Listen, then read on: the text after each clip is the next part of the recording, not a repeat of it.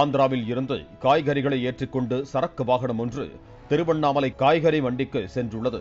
பின்னர் அங்கு காய்கறிகளை இறக்கி வைத்துவிட்டு பைபாஸ் சாலை வழியாக வந்த வாகனம் ஆந்திரா நோக்கி புறப்பட்டுள்ளது. திருவண்ணாமலை அடுத்த ஏந்தல் புறவழிச்சாலையில் அந்த வாகனம் நள்ளிரவில் சென்று கொண்டிருந்த போது வாகனத்தின் முன்பகுதியில் 2 பெண்கள் அமர்ந்திருந்ததை பார்த்த இரவு ரோந்து பணியில் இருந்த கிழக்கு காவல் நிலைய காவலர்களான சுரேந்தர் மற்றும் சுரேஷ்ராஜ் இருவரும் அந்த வாகனத்தை வழிமறித்திருக்கிறார்கள். அப்போது ஓட்டுநரும் ஆந்திர மாநிலத்தைச் சேர்ந்த 2 சகோதரிகளும் வாகனத்தில் இருந்து கீழே இறங்கியிருக்கிறார்கள்.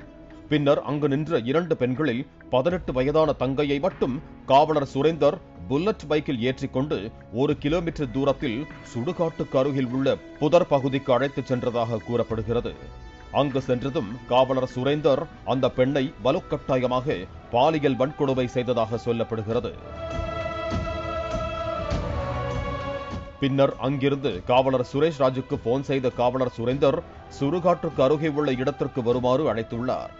உடனே அங்கு வந்த காவலர் சுரேஷ்ராஜும் அந்த பெண்ணை பாலியல் வன்கொடுமை செய்ததாக கூறப்படுகிறது.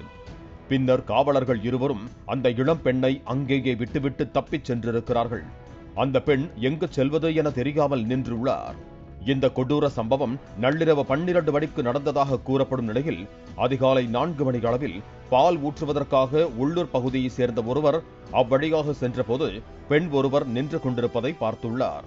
அந்த பெண்ணிடம் என்ன நடந்தது என உள்ளூரை சேர்ந்தவர் கேட்க அந்த பெண் நடந்ததை விவரித்துள்ளார்.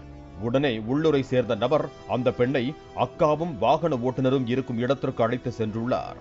பின்னர் அவர் 108 ஆம்புலன்ஸிற்கு போன் செய்து வரவழைத்து அந்த பெண்ணை திருவண்ணாமலை அரசு மருத்துவக் கல்லூரி மருத்துவமனைக்கு சிகிச்சைக்காக அனுப்பி வைத்தார்.